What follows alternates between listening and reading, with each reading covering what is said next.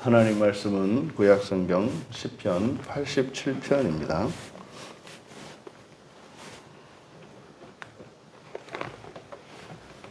우리가 찬 목소리로 함께 읽겠습니다.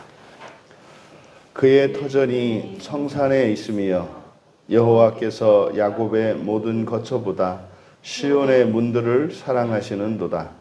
하나님의 성이여 너를 가리켜 영광스럽다 말하는도다. 나는 라합과 바벨론이 나를 아는 자 중에 있다 말하리라. 보라, 블레셋과 두로와 구스여 이것들도 거기서 났다 하리로다. 시온에 대하여 말하기를 이 사람 저 사람이 거기서 났다고 말하리니 지존자가 친히 시온을 세우리라 하는도다. 여호와께서 민족들을 등록하실 때에는 그 수를 세시며 이 사람이 거기서 났다 하시리로다. 노래하는 자와 뛰어노는 자들이 말하기를 나의 모든 근원이 내게 있다 하리로다. 아멘.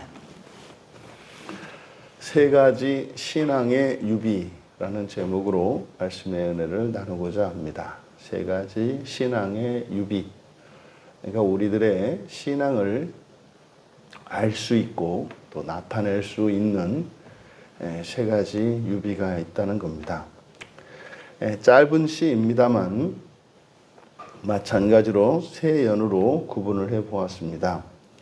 1절에서 3절까지를 1년으로 구분하고 지상의 성전과 천상의 성전, 지상의 성전과 천상의 성전 이렇게 소제목을 붙여봤고 4절에서 6절을 이제 제2연으로 구분하고 지존자가 친히 세우시는 성전, 지존자가 친히 세우시는 성전, 그리고 마지막 7절을 제3연으로 구분하고 시온성의 축제 이렇게 세 연으로 나누어 보았습니다.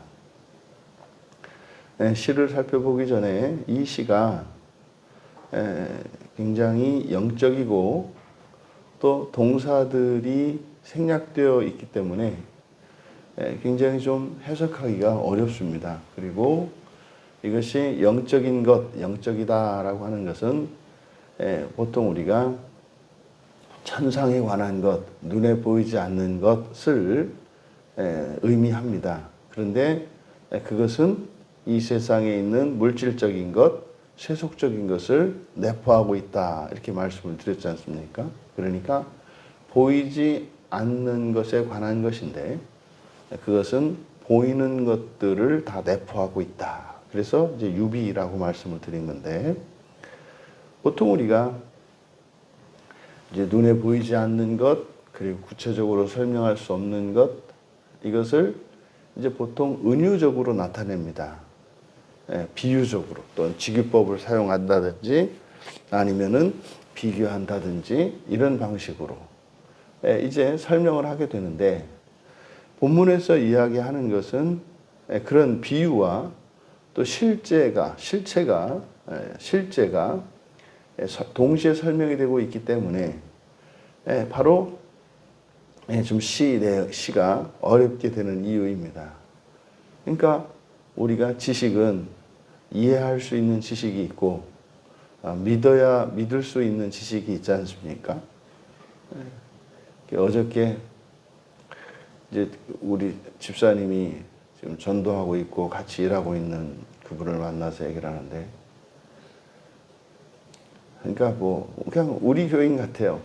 오래된 우리 교인 같고요. 이렇게 설명을 하는데 그 뭐 이렇게 신앙생활 제대로도 많이 안 해보신 분이잖아요.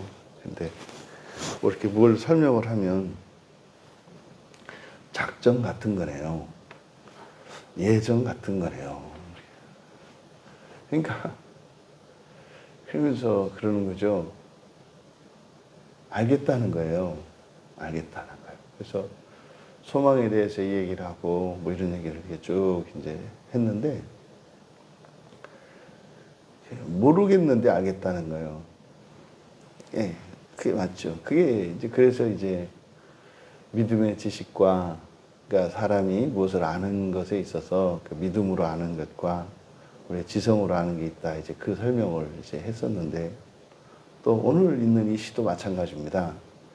하나님의 나라에 대해서 또 부활에 대해서 사실 이것을 우리가 구원이라고 이야기를 하거든요. 근데 구원이라는 것이 다양한 측면이 있단 말이에요. 근데 그래서 궁극적으로 구체적으로 이야기하면 부활하여 하나님의 나라에 들어가는 것, 이게 이제 사실은 궁극적인 구원이거든요. 근데 하나님의 나라는 아직 오지 않았고 또 실제 하고 있습니다. 그런데 그러니까 영적이어서 보이지 않습니다. 그러니까 보이지 않는 것을 사람들에게 설명을 하려니 보이는 것을 가지고 설명할 수밖에 없어요. 그러니까 이걸 이제 유비라고 합니다. 그러니까 보이지 않는 것을 설명할 수 있는 어떤 그것, 이걸 유비라고 해요. 그러니까 유비라고 하는 것은 같은 것은 아니에요. 일치하는 건 아니에요. 하지만 여기에 같은 어떤 진리와 그 비밀이, 그 비율이 같이 들어가 있는 겁니다. 그러니까 뭐 예를 들어서 2대 4, 그럼 2배잖아요. 2대 4 하면 2배 아닙니까? 그러면 4대 8, 그럼 4대 8도 2배잖아요. 근데 사실은 2하고 4와 4하고 8의 관계는 또 다르거든요. 2개와 4개, 4개와 8개. 일치하지는 않죠. 똑같지는 않다 이 말이에요. 그런데 비율은 같죠. 이게 이제 유비입니다. 그래서 이거를 이제 모형과 실체라고도 이야기를 하거든요. 그러니까 이렇게 눈에 보이는 형태가 있는 이런 것들은 이제 모형이죠. 그래서 원형, 실체는 보이지 않는 거죠. 이게 이제 철학에서는 이거를 형이 하학, 형이 상학 이렇게 나눕니다. 형이 하학과 형이 상학. 근데 이제 철학에서는 이 형이 하학, 이런 물질이라고 하는 것은 그냥 모형입니다. 그게 그림자에 불과해요. 이제 플라톤 같은 경우도 동굴의 우화에서 이 세상에 보이는 것을 다 그림자로 빗댄단 말이에요.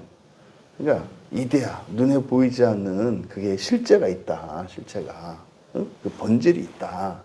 근데 그걸 우리가 볼 수가 없다. 다만 뒤에서 이제 진리의 빛이 비춰주면 앞에 있는 동굴의 벽에 그림자가 생겨. 그러니까 그 그림자를 우리는 그 그림자만 인식할 수가 있다. 하지만 실체는 눈앞에 보이는 그림자가 아니라 진리가 비춰오는 저 뒤에 있다. 그거 이제 이데아 세계란 말이에요. 그러면 이 철학에서 말하는 이 모형이라고 하는 것, 형이하학이라고 하는 것은 다 부질없는 거예요. 그래서 이거를 이원론이라고 이야기를 한단 말이에요. 그래서 이거는 다 쓸데없는 거죠, 이 세상은.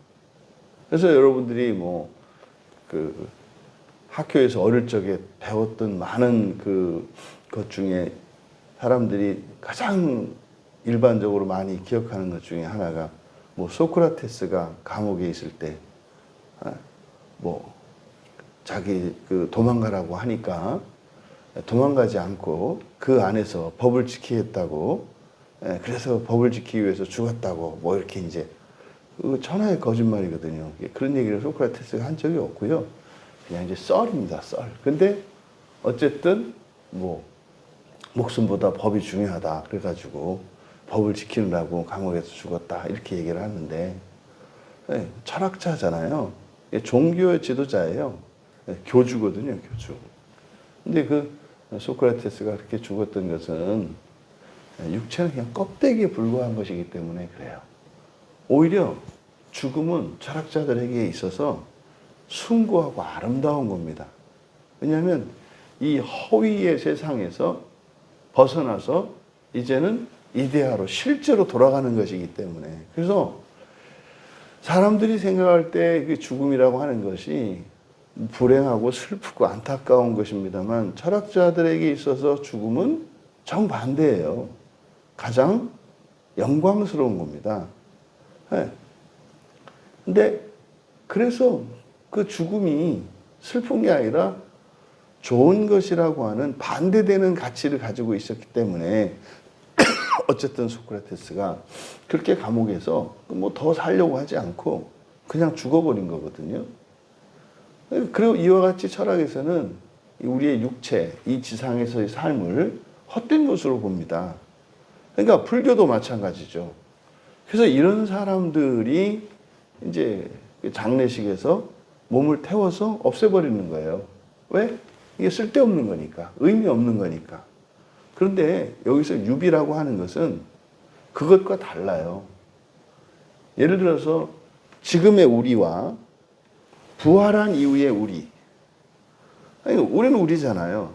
나라고 하는 정체성에 있어서는 같아요. 근데요, 부활한 이후에 새로운 우리와 현재의 우리 사이에는 도저히 상상도 할 수 없는 어마어마한 층차가 있습니다. 어마어마한 격차가 있어요.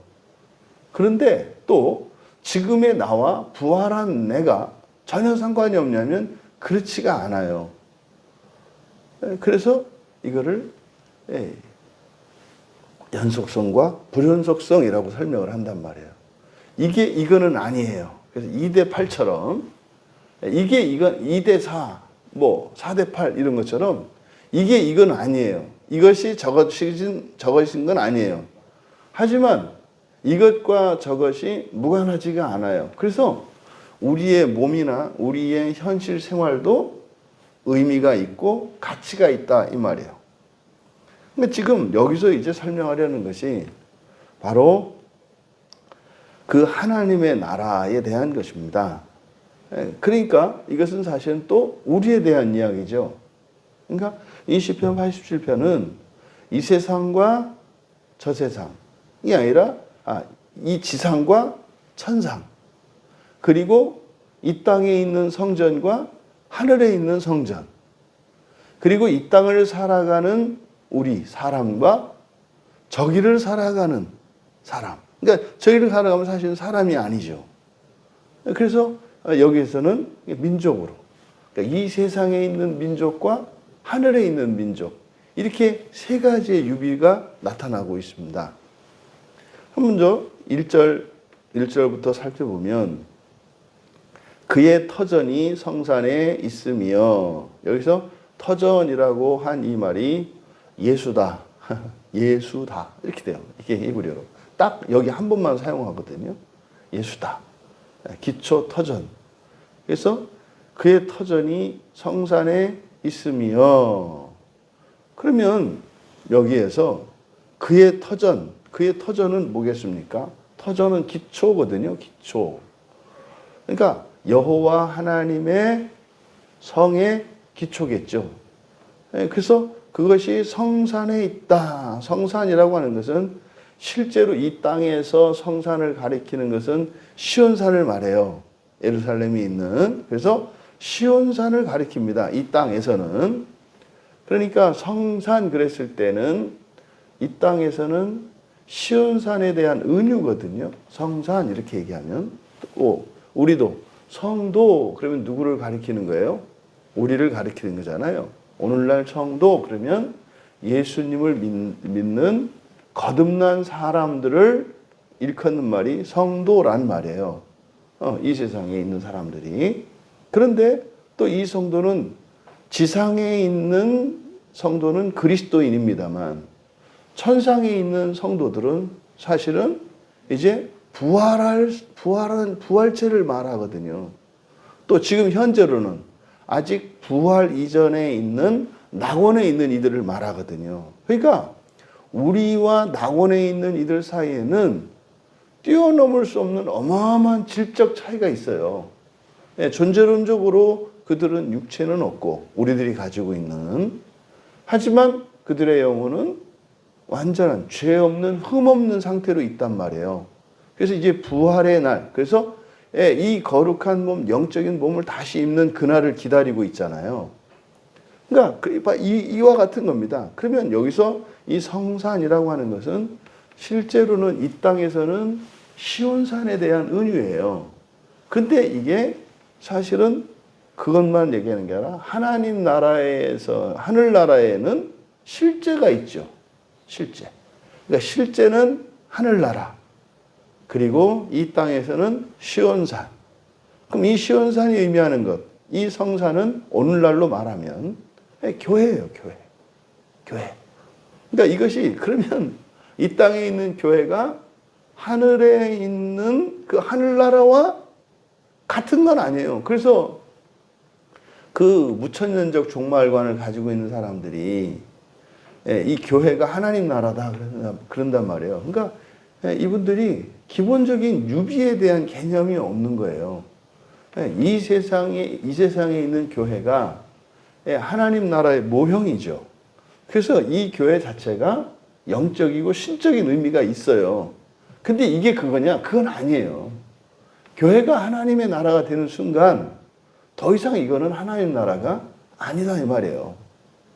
그러니까 그냥 하여튼 뭐 본문으로 돌아와서 여기서 그의 터전이라고 하는 것은 여호와 하나님의 성의 기초를 가리키는 것이고 성산은 하늘나라를 가리킨다. 2절에 그러면 여호와께서 야곱의 모든 거처보다 시온의 문들을 사랑하신다. 그러니까 여기서 야곱의 모든 거처 그랬으니까 여기서 야곱의 모든 거처는 야곱이 살았던 집 거처를 의미하는 것이 아니라 이것은 야곱 이스라엘이죠. 이스라엘 자손들에 의해서 법궤가 모셔졌던 곳들이에요. 이제 법궤가 이제 하나님의 말씀에 따라서 지어지고 움직인단 말이에요. 이동을 한단 말이에요. 그것을 야곱의 집이다. 그러니까 이스라엘 자손들이 사람에 의해서 법궤가 모셔졌던 것. 그러니까 뭡니까? 지상에 있는 모든 성전이죠. 지상에 있는 모든 성전. 지금으로 말하면 지금 이 땅에 있는 모든 교회를 의미한다 이 말이에요. 모든 교회. 이게 야곱의 모든 거처. 이때 야곱은 뭐겠습니까? 아직 부활하기 이전의 성도의 상태를 말합니다 말이에요. 이스라엘 되기 전에 야곱. 이해되시죠? 그러니까 이 야곱은 부활 이전의 성도를 나타내고 그리고 야곱의 모든 거처라는 것은 그 성도들이 지상의 성도들이 거하는 모든 성전을 의미한다. 그러면 시온의 문이 의미하는 건 뭐겠어요? 시온은 하늘성을 이야기하는 거니까 이거는 하늘 성전의 문이겠죠. 그러니까 2절이 말하는 게 뭡니까? 이 땅에 있는 그 어떤 교회나 그 어떤 성전, 솔로몬 성전이나 또 스룹바벨 성전이나 또 헤롯이 세웠던 헤롯 성전이나 또 이 땅에 있는 뭐 어떤 교회 예배당을 말하는 거예요. 뭐 우리나라에 제일 크고 화려하다고 하는 뭐 사랑의 교회나 뭐 어느 교회나 또 우리 광야 교회나 이 모든 성전 이것을 의미한다 이 말이에요. 근데 지상에 있었던 그리고 있을 그리고 있는 모든 교회 모든 예배당 그 예배당보다 하늘에 있는 성전의 문이 훨씬 더 낫다는 거예요. 무슨 말입니까? 이 땅의 것과 하늘의 것은 비교할 수가 없다. 비교할 수 없을 만큼 하늘에 있는 것이 훨씬 더 질적으로 탁월한 것이다. 이 이야기를 하는 거죠.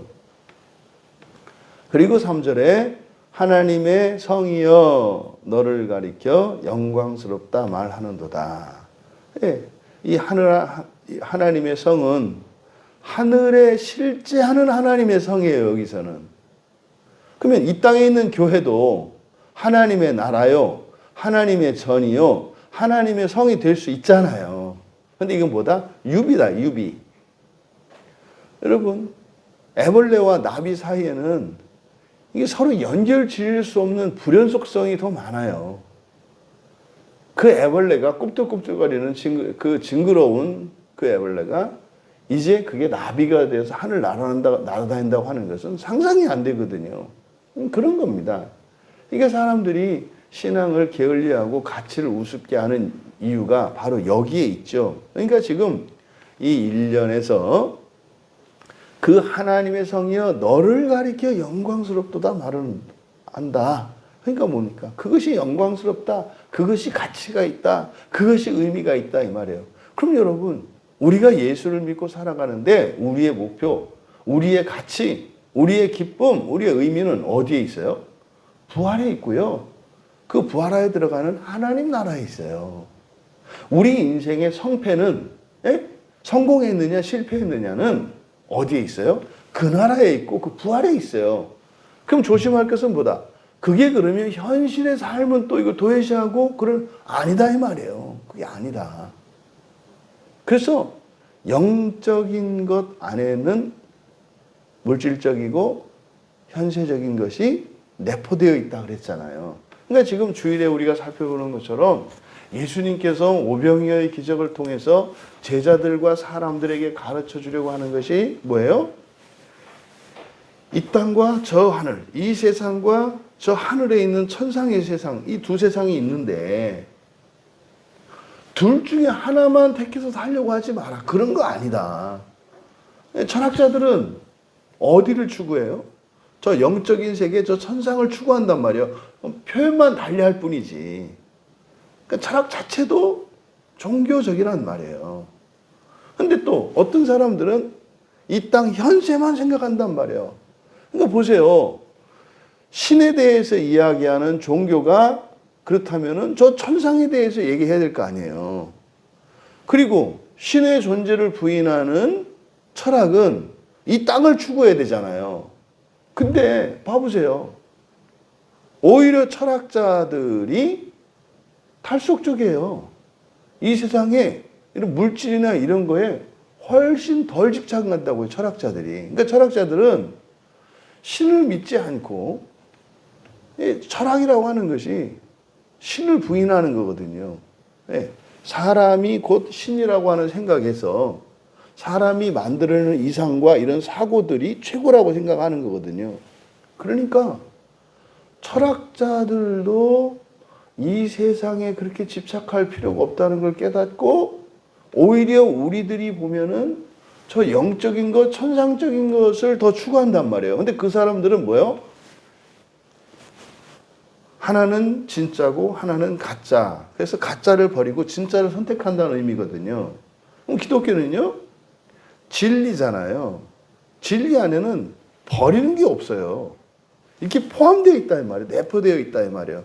그런데 신을 믿는다고 하는 종교인들이 훨씬 더 세속적이야. 말이 안 되는 거잖아요. 신을 믿는다는 사람들은 철학자들이 추구하는 이상보다 그 위의 것을 추구하는 거 아닙니까? 그러면 철학자들보다 더 비현실적이죠. 초현실이 되어야지. 철학자들은 비현실적이죠. 이상주의자들이잖아요. 근데 우리는 이상주의자가 아니에요. 우리는 아주 실존주의란 말이에요. 그러니까 영적 실존주의 뭐 이래야 되겠죠. 그런데 이 기독교 안을 들여다보면은 철학자들보다도 더 세속적인 이게 뭔가가 잘못된 거죠. 왜? 이 신앙의 유비를 이해하고 있지 못하기 때문이에요. 그러니까 우리나라에서 사람 몸을 태워서 화장하는 데 앞장서는 게 교회 아닙니까? 아니 그건 철학자들이나 하는 짓이지. 무신론자들이나 하는 짓이지. 어떻게 그거를 서슴지 않고 그거에 대해서 조금도 가책도 느끼지 않고 그것에 대해서 조금도 마음 아파하지 않느냐 이 말이에요. 그러니까 지금 1년에서는 바로 그 천상세계 그리고 부활한 사람 그리고 그 성전 하늘에 있는 성전 그것과 땅에 있는 것의 이 유비를 말하고 있습니다. 이연에서 나는 라합과 바벨론이 나를 아는 자 중에 있다 말하리라. 보라 블레셋과 두로와 구스여 이것들도 거기서 났다 하리로다. 여기서 이제 라합이라고 하는 이 라합은 바로 애굽 이집트죠. 이집트의 별명입니다. 이 라합은 이 라합이라고 하는 이 말의 의미가 교만 또는 폭풍 뭐 이런 뜻이거든요. 그러니까 이거는 애굽의 별명이에요. 그러니까 이집트죠. 애굽이죠. 그리고 바빌론. 그리고 뒤에 있는 블레셋, 두로, 구스. 전부 뭡니까? 이방이고 이스라엘의 원수들이에요. 전부. 그런데 여기서 놀라운 것은 이 4절에서 이야기하는 건 뭡니까? 그게 하나님과 상관없는 것들이 아니다 이 말이에요. 지금 4절을 직역을 그대로 하면 우리말 성경에 라합과 바벨론이 나를 아는 자 중에 있다 말하리라. 그러니까요. 라합, 이집트와 애굽과 바벨론이 하나님과 상관이 있다 없다? 있다 이 말이에요. 있다. 근데 여기를 직역하면 이렇게 됩니다. 나는 나를 아는 자에게 라합과 바벨론을 기억하게 할 것이다. 이때 나는 하나님이시란 말이에요. 하나님. 창조주 하나님이 그렇게 말씀하는 거예요. 나를 아는 자에게 라합과 바벨론을 기억하게 할 것이다. 그러면 하나님을 아는 자, 성도를 말하거든요. 그러면 이 지상에서는 애굽과 바벨론은 이거는 구원받지 못한 원수예요. 그런데 하나님은 뭐라고 말씀하세요? 하나님이 기억하고 계시다는 거예요. 그래서 나를 아는 자, 성도들에게 그들을 기억하게 할 것이래요. 그뿐입니까? 보라, 블레셋과 두로와 구스와 함께 이곳에서 태어난 것이다. 그러니까요. 애굽, 바벨론, 블레셋, 두로, 구스 다 어디서 태어났대요? 하늘에서 다 태어났대요. 하늘에서 태어났대요. 그리고 여기서 하늘은 시온으로 나타내고 있잖아요. 5절에 시온에 대하여 말하기를 이렇게 되어 있는데 시온에 대하여 말하기를 이게 아니라 이게 수동태로 되어 있어서 그리고 시온은 회자될 것이다. 그러니까 사람들의 입에 오르내릴 것이다 이 말이에요. 이거에서 사람들이 말하기를 이렇게 된 거예요. 그래서 시온은 회자될 것이다 하면서 뒤에 이제 다 인용문입니다. 직접 화법을 그대로 써놓은 거지만 인용문이에요. 이 사람 저 사람이 그대로는 그냥 남자 이쉬가 사용되고 있어요. 이쉬와 아담은 우리가 차이를 알잖아요. 그렇죠? 아담은 생물학적인 분류예요. 그래서 뭐 개, 고양이, 또 식물, 동물 할 때 사람 이렇게 얘기한단 말이에요. 그런데 남자라고 하는 것은 다르다 그랬죠. 그러니까 야곱이 이스라엘로 바뀌는 것처럼 사람이 남자, 여자로 바뀌는 거예요. 암수에서 남자, 여자로 바뀐다 그랬잖아요. 이게 야곱이 이스라엘로 바뀌는 것과 같아요. 또 사람이 새 사람이 되는 것, 다시 말해서 부활 이후에 새로운 피조물을 가리키는 말이 이쉬란 말이에요. 남자. 그러니까 이 사람 저 사람이 거기서 났다.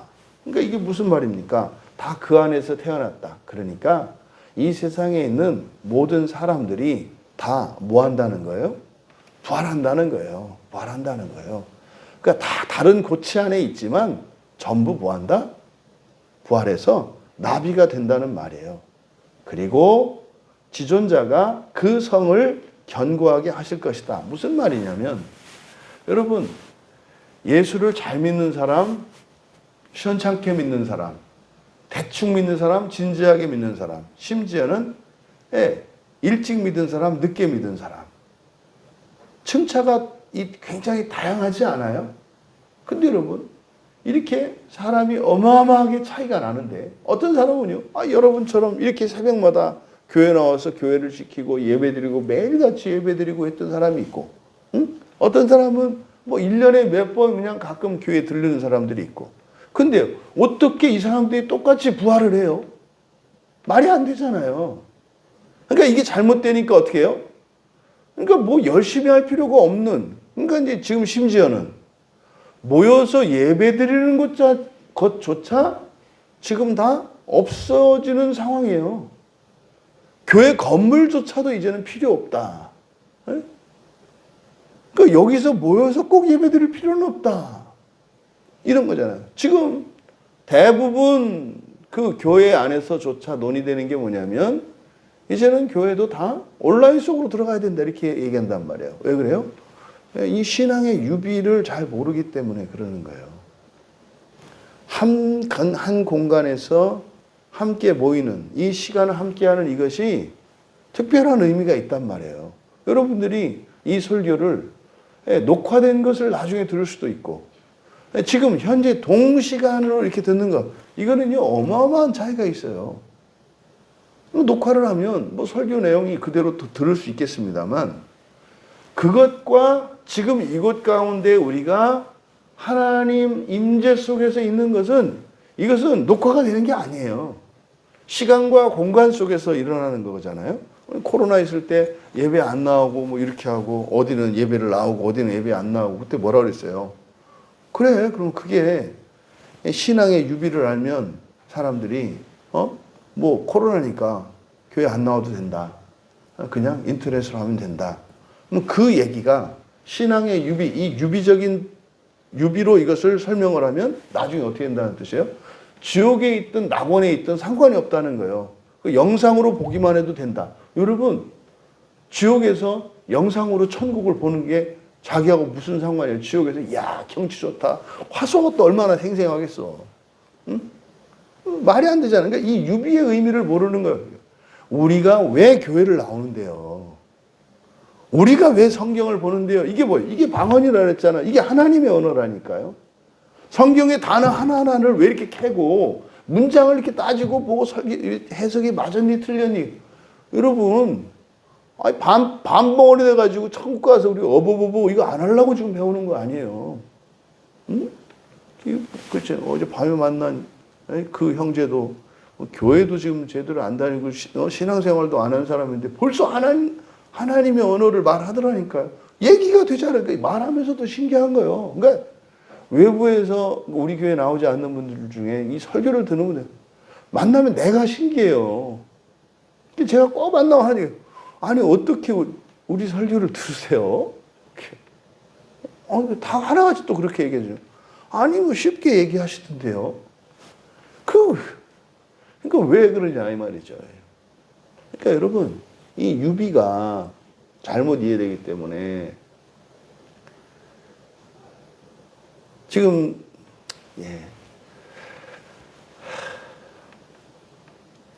모든 사람이 거기서 났다. 근데 이건 사실은 현실적으로 안 맞잖아요. 그러면 어떻게 돼요?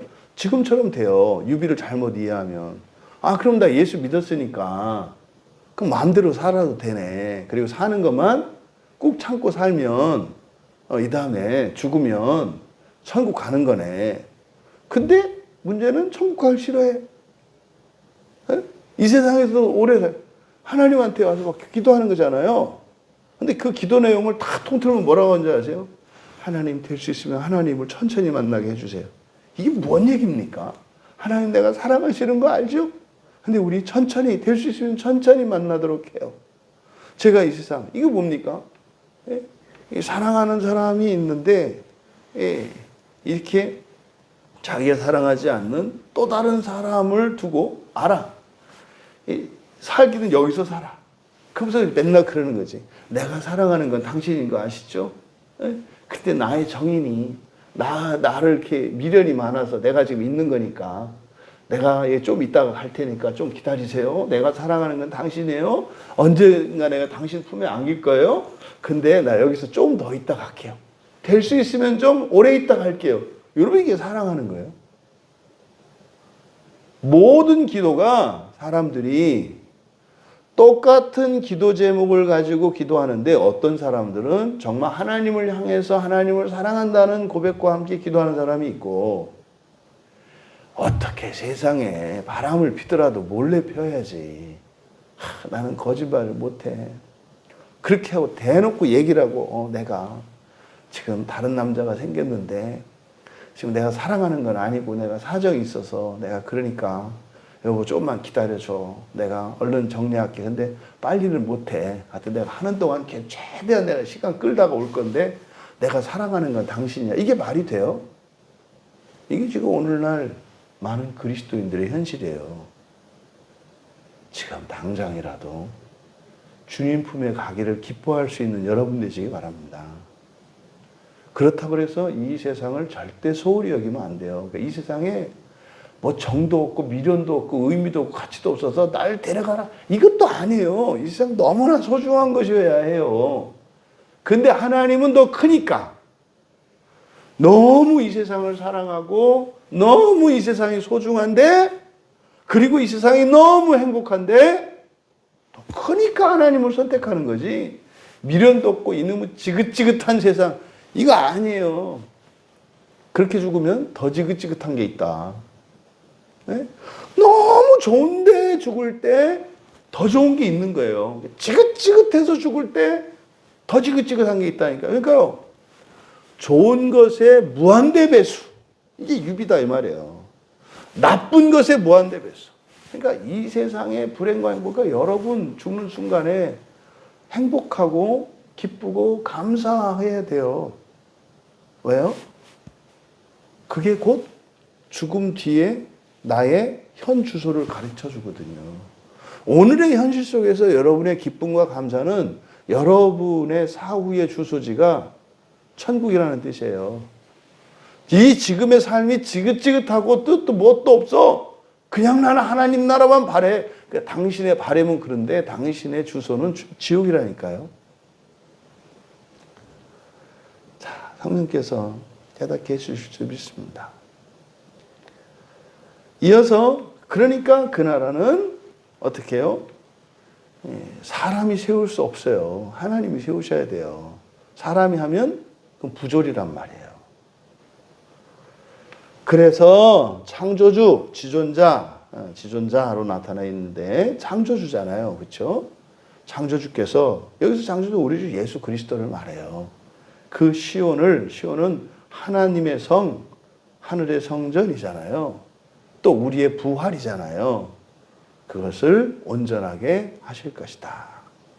그리고 6절에 여호와께서 민족들을 등록하실 때에는 여기도 직역하면 이렇게 됩니다. 여호와께서 그 백성들을 기록하시기 위해 이때 기록한다라고 하는 것은 바른 정자 표시하는 거예요. 이렇게 바른 정자 하나 둘 셋 넷 이렇게 써놓는 걸 말해요. 그 백성들을 기록하시기 위해 수를 헤아릴 것이며 그러니까 이때 헤아리는 것은 이름을 확인하는 게 누군가 확인하는 게 아니라 뭐를 헤아려요? 수를 헤아린단 말이에요. 왜요? 잃어버린 양이 있나 없나? 에? 빠진 게 있나 없나? 목록이에요. 왜? 이미 5절에서 얘기를 했잖아요. 모든 사람이 그 안에서 태어났다. 그러니까 여호와께서 그 백성들을 기록하시기 위해 수를 헤아릴 것이며 그러니까요. 하나도 빠짐이 없을 때까지 구원하시죠. 이 사람이 거기서 태어났다. 여러분, 하나님의 백성들을 하나하나 기록하고 계시다는 거예요. 죽어서 바로 오는 사람, 지옥에 거쳐서 오는 사람. 그래서 그 날에 올 때마다 하나씩 숫자를 다 카운트하셔서 꽉 찼을 때, 다 꽉 찼을 때 종말이 오는 거죠. 모두가 거기 시온에서 태어났기 때문에 하나님의 자녀들이고 하나도 잃어버릴 수가 없는 겁니다. 그래서 그 성은 사람의 뜻대로 사람의 힘으로 사람의 생각으로 세워지는 성이 아니라 하나님 뜻대로 하나님의 능력으로 세워지는 성이에요. 그리고 이제 마지막 7절에 노래하는 자와 뛰어노는 자들이 말하기를 나의 모든 근원이 내게 있다 하리로다. 이거는 지금 축제의 모습입니다. 축제의 모습. 여기서 근원이라고 번역이 되어 있는데 샘이에요. 샘. 샘은 원천이잖아요. 그러니까 이것은 어떤 의미냐? 그 안에 다시 말해서 시온성에 하나님 나라에 필요한 모든 것에 원천이 다 있다 이 말이에요. 그래서 모든 이들이 춤을 추며 노래하며 외칠 것이다. 나의 모든 필요의 원천이 그 안에 다 있다. 이렇게 노래하면서 말입니다. 여러분, 이 시편 87편은 굉장히 영적인 시이고 그래서 어려운 시입니다. 짧지만 하지만 이 내용, 이 시가 이야기하는 것 세 가지 신앙의 유비에 대해서 말하고 있다. 지상의 성전과 하늘 천상의 성전, 그리고 사람의 성과 하나님의 성, 사람의 성과 하나님의 성, 그리고 마지막으로 세상 민족과 하늘 민족에 대한 세 가지 유비를 말하고 있다. 우리가 사람으로 지상의 몸을 가지고 지상에서 살고 있지만 여러분들이 하나님의 자녀로 하나님의 성에서 하늘나라에서 살아가는 하늘 민족이신 것을 잊지 마시고 이 신앙의 유비를 통해 우리가 얻게 되는 교훈은 우리의 삶을 더욱 소중히 여기게 되는 겁니다. 우리의 삶을 소중히 여기면 여기는 만큼 하나님 나라의 천상의 삶을 더 소중히 여기게 되는 것입니다. 여기서 문제는 뭐예요? 서로 배타적이거나 또 양자택일적인 이런 배타적인 사고, 이게 잘못되는 거죠. 그렇죠?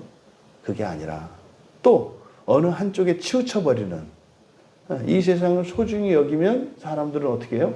하나님의 나라를 잊어버린다고요. 또 하나님의 나라를 소중히 여기면 이 세상을 잊어버려요. 현실과 이상 속에서 우리의 신앙은 현실과 이상 모두를 추구하라고 이야기를 합니다. 이 신앙의 유비를 잘 이해하셔서 여러분의 날마다의 삶이 때로는 어렵고 힘들지라도 그것의 진정한 의미와 가치를 깨달으시고 늘 행복하고 감사할 수 있는, 그래서 정말 여러분이 그 나라에 이르렀을 때 조금도 시간적으로 지체되지 않고 조금도 그 영광과 만족의 모자람이 없는 지상적인 삶을 살아가시는 우리 모두 되기를 주님의 이름으로 축원합니다.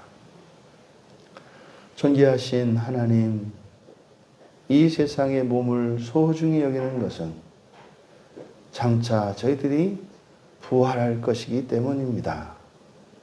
저희들의 현재의 삶에 기쁘고 감사한 것은 완전한 그 하나님 나라에 저의 삶이 있기 때문입니다. 하나님 나라를 잊지 않게 하시고 이 세상 나라를 소중히 여기게 하셔서 참으로 예수 그리스도를 통해 우리에게 주신 완전하고 거룩한 인생을 살아가게 하옵소서. 예수님의 이름으로 기도하옵나이다.